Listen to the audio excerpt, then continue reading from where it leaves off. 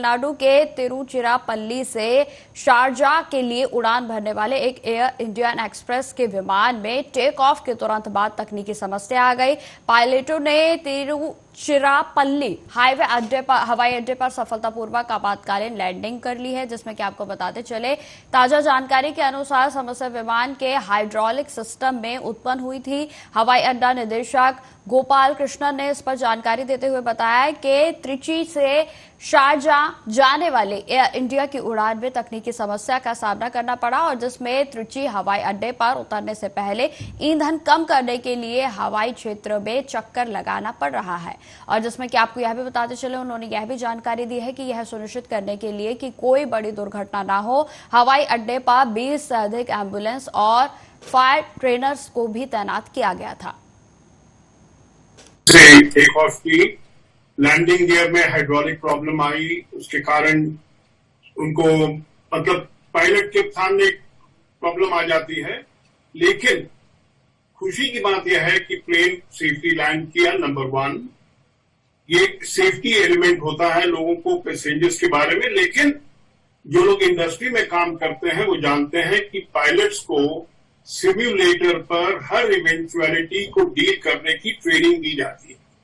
तो जब television channel flash कर रहे थे कि प्रॉब्लम स्नैग आ गया है, हाइड्रोलिक स्नैग, कि प्लेन होवर कर रहा है, तो होता क्या है कि कुछ प्लेन्स होते हैं जो बड़े वाले प्लेन्स होते हैं, उनके अंदर डंपिंग फैसिलिटी अवेलेबल होती है फ्यूल की। और ये एक स्टैंडिंग ऑपरेटिंग प्रोसीजर होता है एविएशन इंडस्ट्री के अंदर में कि जब प्लेन लैंड करता है तो उसका वेट लाइट होना चाहिए। और अब क्योंकि प्लेन टेक ऑफ ही किया था तो उसको 2 घंटे के करीब होवर करना पड़ा ओवर द एयरपोर्ट के सराउंडिंग एरिया में, जैसे कि फ्यूल बर्न हो जाए और प्लेन लाइटर हो जाए लैंड होने के लिए। तो ये जो सिलसिला है ये एकदम स्टैंडिंग ऑपरेटिंग प्रोसीजर्स है। और जैसे आपने देखा कि how the airport reacted to it. Tamil Nadu के चेन्नई में ट्रेन हादसा हो गया, जिसमें कि आपको बताते चले कि मैसूर दरभंगा बागमती एक्सप्रेस ट्रेन शुक्रवार की रात दक्षिणी रेलवे के चेन्नई डिवीजन का कवराई पेट्टई में एक अस्थायी मालगाड़ी से टकरा गई थी और जिसमें कि 20 यात्री घायल हो गए। हालांकि आपको बताते चले कि मुख्यमंत्री एमके स्टालिन ने एक मंत्री और एक वरिष्ठ अधिकारी को तैनात किया है जो कि राहत और बचाव कार्यों के लगातार निगरानी कर रहे हैं और जिसमें कि मुख्यमंत्री के द्वारा प्रतिनियुक्त तमिलनाडु के मंत्री एमएस नासेर ने जानकारी देते हुए बताया कि टक्कर के कारण 6 डिब्बे पटरी से उतर गए और 2 डिब्बों में आग भी लग गई थी और जिससे कि कुल 20 यात्री घायल हो गए, जबकि फ्रैक्चर का जो सामना करने वाले 3 यात्रियों को सरकारी स्टैनली मेडिकल कॉलेज और अस्पताल में स्थानांतरित कर दिया गया। आपको बताते चले कि मालगाड़ी से टकराने के बाद मैसूर दरभंगा एक्सप्रेस के 12 से 13 डिब्बे पटरी से उतर गए थे और दक्षिणी सर्कल के रेलवे सुरक्षा आयुक्त अनंत मधुकर चौधरी ने जानकारी देते हुए कहा कि मुझे पहले घटनास्थल की जांच करनी है, विभिन्न लोगों से बयान भी लेने हैं और जिसके बाद निष्कर्ष पर पहुंचना है। अगले सप्ताह जांच शुरू होगी। तो आपको बताते चले कि तमिलनाडु के चेन्नई में यह रेल हादसा हुआ है, जिसमें गनीमत यह रही कि अभी तक किसी की मौत की खबर जो है वो सामने नहीं आई है। लेकिन जिस तरीके से लगातार देश में ट्रेन हादसे लगातार इनकी तस्वीरें सामने आ रही है, इससे कहीं ना कहीं यात्रियों में अब बहक का माहौल है। वहीं आपको बताते चले कि इस ट्रेन हादसे में 12 से 13 जो बोगियां हैं वो पटरी से उतर गई थी और जिसमें कि एक दबंगा जो एक्सप्रेस है वो मालगाड़ी से टकरा गई और जिसके बाद यह भीषण दर्दनाक हादसा हुआ, जिसमें कि 20 यात्री घायल बताए जा रहे हैं जिनको अस्पताल में भर्ती करा दिया गया है और जिनका उपचार भी लगातार जारी है। वहीं आपको यह बताते चले कि जिस तरीके से पूरे तरीके से ट्रैक पर अव्यवस्था हो गई और जिस तरीके से मालगाड़ी के साथ साथ रेलगाड़ी के जो खरपच्चे उड़े हैं, उसके बाद तमाम जो रेलगाड़ियां हैं वो भी सुचारू रूप से टाइमिंग पर नहीं चल रही हैं और प्रभावित हुई हैं और जिनको लगातार ट्रैक को खाली करने का काम शुरू कर दिया गया है। The reason I have to first check the site, take the statements from various people, and then come to conclusion. At present, I am only seeing the site. So, you are asking these questions too early. Let me first investigate, then only some conclusion can be drawn. I was going towards Guddur and further to Andhra Pradesh and via Odisha, it would have gone to Darbhanga. So it started from Mysore. So while going towards Gudur, it has to pass this station. So at this station, goods train was stabled at the loop line. It was going. Okay, so as you're aware, there was a train accident involving Bagmati Express at around 8:30 in a place called. दक्षिण railway के चेन्नई मंडल के कोवरपेट्टई station पर 12578 Bagmati express के दुर्घटनाग्रस्त होने की सूचना प्राप्त हुई है। अभी तक जो रेलवे की ओर से राहत और बचाव की टीम घटनास्थल पर पहुंच गई है और सारे कोचों से यात्रियों को निकालने का काम जारी किया जा रहा है। 95% से ज्यादा यात्रियों को निकाल लिया गया है। अभी तक किसी भी कैजुअलिटी या ग्रीवियस इंजरी की सूचना हमें प्राप्त नहीं हुई है। राहत दल और मेडिकल टीम दोनों घटनास्थल पर मौजूद है और किसी को किसी प्रकार की परेशानी है तो उसकी मदद के लिए रेलवे की टीम वहां पर है।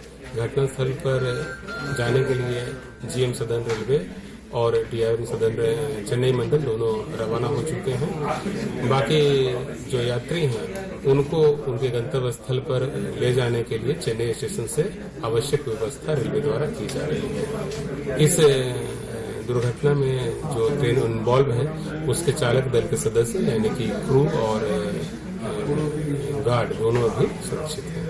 Who had injuries and four of them had severe injuries. They all were referred immediately to the Government Stanley Medical College Hospital in Chennai, and the others with minor injuries were referred to the nearby hospital at Ponneri. So far, all of them are stable, and we believe that there will be no casualties as well.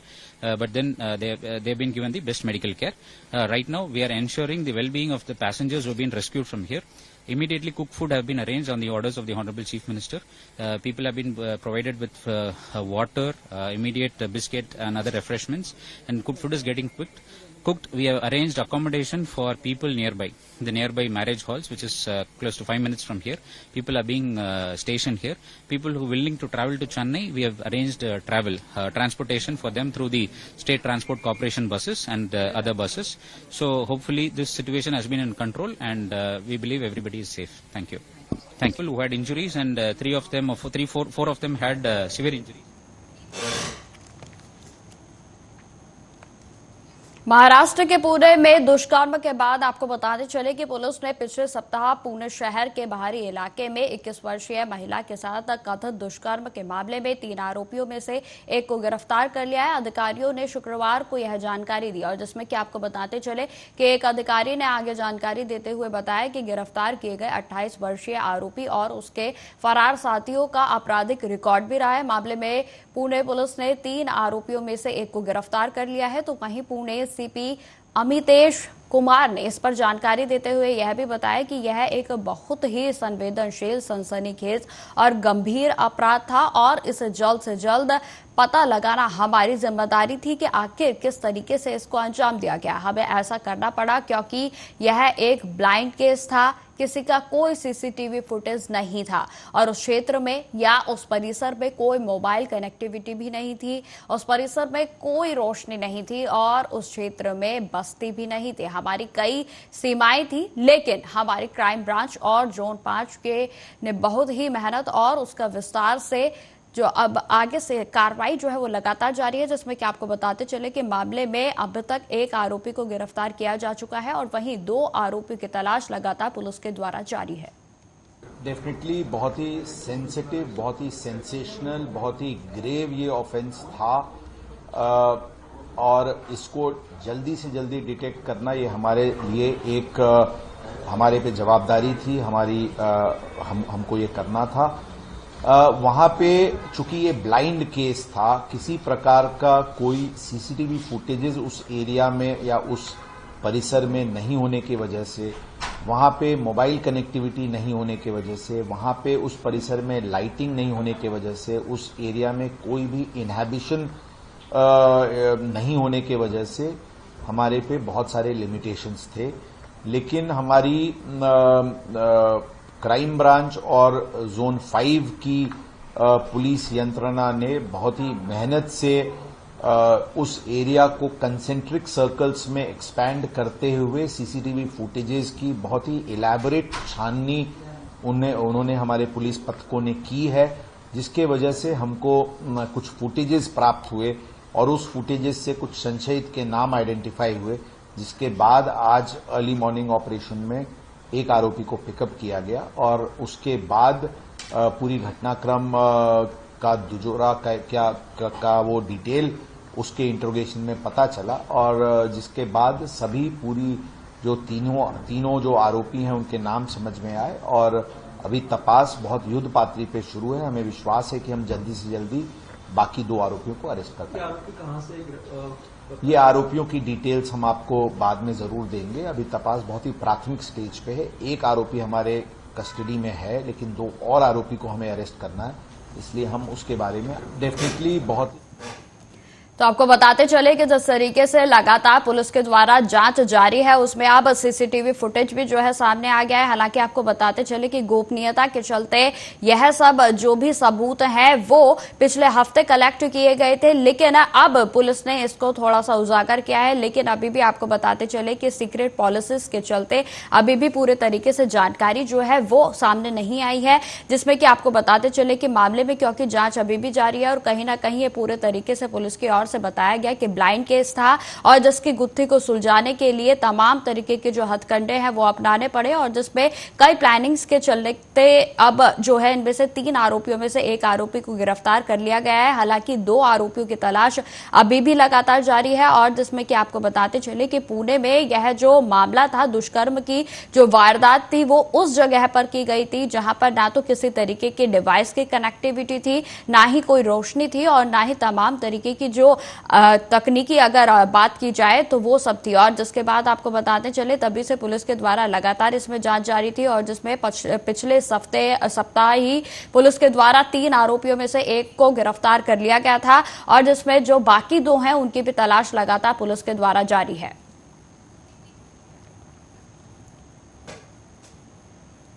खबरों में आगे बढ़ते हैं। केंद्रीय रक्षा मंत्री राजनाथ सिंह ने सुकना cantt में विजयादशमी के अवसर पर शस्त्र की पूजा की। रक्षा मंत्री राजनाथ सिंह ने दार्जिलिंग के सुकना कैंट में जवानों के साथ माथे पर तिलक लगाया और वे जहां सेना के जवानों के साथ विजयादशमी मनाने गए हैं और वहीं आपको बताते चले इस दौरान उन्होंने तमाम शस्त्रों पर पूजा उनके द्वारा की गई और जो तमाम अधिकारी हैं वो इस समय मौजूद रहे। वहीं आपको बताते चले कि इस मौके पर रक्षा मंत्री राजनाथ सिंह ने कहा कि मैं आप सभी को विजयादशमी की हार्दिक शुभकामनाएं देता हूं। भारत एकमात्र ऐसा देश है जहां पर शास्त्रों के साथ साथ शस्त्रों दोनों की पूजा होती है और ऐसा लग सकता है कि लोहे और लकड़ी से बनी चीजों की पूजा करने का क्या औचित्य है, लेकिन वास्तव में यह हमारी विशाल सांस्कृतिक परंपरा का प्रतीक है जिसमें हम सभी भी इस वस्तु का उपयोग करने से पहले और बाद में उसके प्रति आभार व्यक्त करते हैं। आगे उन्होंने क्या कुछ कहा, आप सुनिए। हो रही है। मैं आप सभी को विजयादशमी के इस पावन पर्व की हार्दिक बधाई देता हूं और आपके परिवारजनों को भी मैं अपनी हार्दिक शुभकामनाएं देता हूं। साथियों, भारत संभवतः इकलौता देश है जहां शास्त्रों और शस्त्रों की एक साथ पूजा होती है, यानी शास्त्र और शस्त्र को समान आदर के भाव से भारत में देखा जाता है। आम तौर पर तो देखने में किसी को यह लग सकता है कि लोहे लकड़ी की बनी चीजों की पूजा अर्चना का क्या औचित्य है, निर्जीव वस्तुओं को इतना सम्मान देने का क्या औचित्य है, पर वास्तव में यह हमारी उस विशाल और महान सांस्कृतिक परंपरा का प्रतीक है जिसमें हम किसी भी वस्तु का उपयोग करने के पहले और बाद में उसके प्रति कृतज्ञता ज्ञापित करते हैं। साथियों, केवल अस्त्र शस्त्र ही नहीं बल्कि प्रत्येक वह वस्तु जो हमारे जीवन को सुगम बनाती है, हमारी परंपरा में उसकी पूजा अर्चना की जाती है। आप लोगों ने देखा होगा कि देश के अलग अलग हिस्से में अलग अलग प्रोफेशन के लोग किसी न किसी दिन अपने प्रोफेशन से संबंधित यंत्रों की और वस्तुओं की पूजा। खबरों में आगे बढ़ते हैं। आरएसएस प्रमुख मोहन भागवत ने कहा कि स्थितियां कभी भी चुनौतीपूर्ण हो और कभी अच्छी भी होती हैं और साथ ही उन्होंने यह भी कहा कि मानव जीवन भौतिक रूप से पहले की तुलना में अधिक खुशहाल है, लेकिन हम देखते हैं कि इस खुशहाल और विकसित मानव समाज में कई संघर्ष भी जारी हैं। आगे उन्होंने क्या कुछ कहा, आप सुनिए। भाषाएं अलग अलग चुनौतियां तो रहती ही है, अच्छा भी रहता है। दुनिया की हो, देश की परिस्थिति हो। अभी वैज्ञानिक प्रगति का वर्णन करते समय आपने बताया भविष्य के लिए तैयार होना है, और भविष्य इस तकनीकी के कारण कई प्रकार की नई सुविधाएं लेके आएगा। आज तक विज्ञान कई प्रकार की सुविधाएं लेकर आया है, तो मनुष्य जीवन भौतिक दृष्टि से पहले से सुखी है। परंतु हम देखते हैं कि इतने प्रगत सुखी मानव समाज में अपने स्वार्थ और अहंकार के कारण कैसे कैसे संघर्ष चलते हैं। इस्राएल के साथ हमास का जो युद्ध छिड़ा, वो अब कितना व्यापक होगा और उसकी आग में कौन कौन झुलसेंगे। की भाषाएं अलग अलग है, यहाँ की छोटी मोटी परंपराएं भिन्न प्रकार की है, और यह एक देश नहीं है। अनावश्यक भ्रम फैलाया जाता है कि ये भाषा श्रेष्ठ है, ये भाषा कनिष्ठ है। हम सब लोग मानते हैं कि भारत में बोली जाने वाली सभी भाषाएं राष्ट्र भाषा है। फिर वो तमिल हो, फिर वो मलयालम हो, मराठी हो, गुजराती हो, बंगाली हो, राजस्थानी हो, हिंदी हो, कोई। यह हम इसलिए कहते हैं,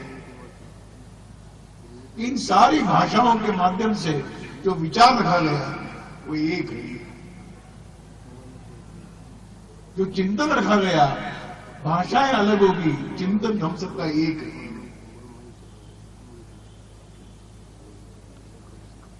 डॉक्टर बाबा साहेब अम्बेडकर जी ने संविधान का निर्माण किया अपने सहयोगियों के साथ मिलकर। उस संविधान के प्रारंभ में डॉक्टर बाबा साहेब लिखते हैं कि हम भारत के जन, we the people of Bharat. ये वी द पीपल क्या होता है? ये इसी एक शब्द में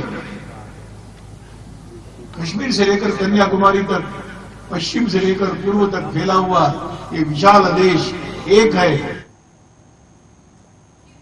दिल्ली विधानसभा में विपक्ष के नेता विजेंद्र गुप्ता ने कहा कि पूर्व मुख्यमंत्री केजरीवाल ने जिस तरह से शीश महल का कब्जा पीडब्ल्यूडी को न देकर अपनी करतूतों को छिपाने की कोशिश की है, और सीएम आतिशी ने भी बिना आवंटन के बंगले में घुसकर कब्जा किया और उससे आम आदमी पार्टी की अराजकतावादी सोच को जग जाहिर किया है। उस पर एक बार फिर से मोहर लग गई है। आगे उन्होंने क्या कुछ तंज कर से आप सुनिए। दिल्ली की मुख्यमंत्री आतिशी मार्लिना को 6 फ्लैग स्टाफ रोड का जो बंगला है वो अलॉट हो गया है, पीडब्ल्यूडी ने अलॉट कर दिया है।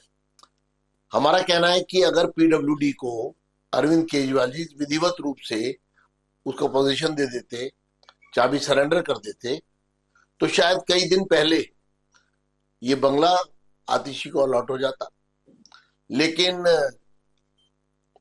आम आदमी पार्टी की फितरत कि जिस तरह से कानूनों का उल्लंघन करना, नियमों को तोड़ना और चाबी को ना देना, जो उनके अपने अंदर का जो डर है शीश महल को लेकर के, वो पब्लिक ना हो जाए, लोगों को उसकी जानकारी ना आ जाए, इसलिए उन्होंने सीधा चाबी आतिशी को दी। और आतिशी ने भी एक एनार्किस्ट की तरह वहां बिना अलॉटमेंट के, बिना नियम के, बिना कानून के वहां पर एंटर किया और ये दिखाया कि ये घर पर कब्जा मेरा हो गया है। उसके बाद पीडब्ल्यूडी को, क्योंकि कानून अपना काम करेगा, ये देश कानून से चलता है, इस देश में राजा हो या रंक, कानून सबके लिए बराबर है। अगर आतिशी अलॉटमेंट का इंतजार करती और विधिवत अलॉटमेंट के बाद वहां पर आती, तो शायद इस तरह की स्थिति जो पूरे देश ने देखी, आम आदमी पार्टी की जो असलियत लोगों के सामने आई कि किस तरह से एनार्किस्ट हैं ये लोग, किस तरह से इनकी मानसिकता है, किस तरह से अराजकतावादी है और किस तरह से ये पूरे मामले में बेनकाब हुए हैं। हमारा ये कहना है कि पीडब्ल्यूडी ने जिस तरह से विधिवत सारी चीजों को किया है, उसके लिए मैं विभाग, जिसको हमने कहा और हमने मांग की थी कि अगर कानून का पालन नहीं होता है तो इस पर कानूनी कार्रवाई होनी चाहिए, और वो कानूनी कार्रवाई हुई, और जिसका नतीजा ये हुआ कि दुनिया के सामने सारा सच आया। आज ये जो विधिवत अलॉटमेंट हुआ है और इसके बीच की जो प्रक्रिया पूरी की गई है वो स्वागत योग्य है। लेकिन मुख्यमंत्री